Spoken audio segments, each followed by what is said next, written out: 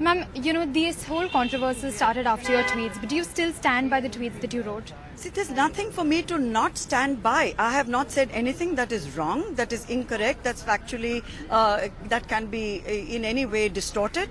I have expressed an opinion about the timing of the diktat, and that was it.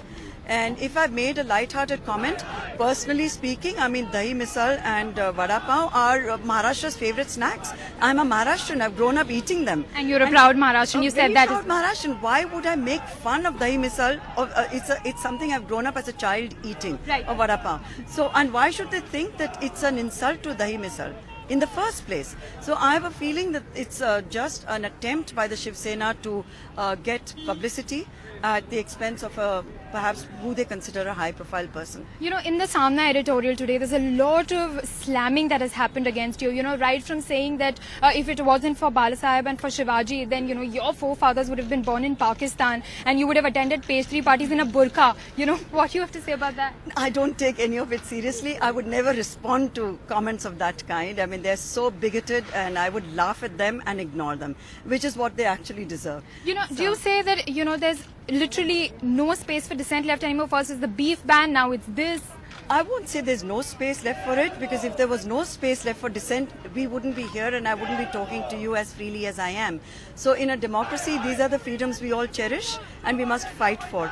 And as for their barbs about page 3, I find them really laughable, considering it's the Thackeray family that's on page 3 every single day these days. So who are they referring to? Are they talking about their own family? Are they talking about other people? And in any case, is it an abuse? Is it something so terrible for anyone to be featured on page 3? I think a lot of super achievers of India are on page 3, from Sania Mirza to Ratan Tata to Sachin Tendulkar. So this whole cliche about page 3, it's time they thought of something else to hit a person with. Is there something you'd like to tell them to end with? No, I hope they send me something really delicious at tea time, and I'm completely comfortable with what I have said, and let's see what happens. I hope that Devendra Fadnavis, who is the head of our state, doesn't withdraw into silence. I hope, even if he doesn't condemn it, I hope he doesn't condone this, because this is something that's not just a personal attack on me, it's a personal attack on every Mumbaikar's freedom.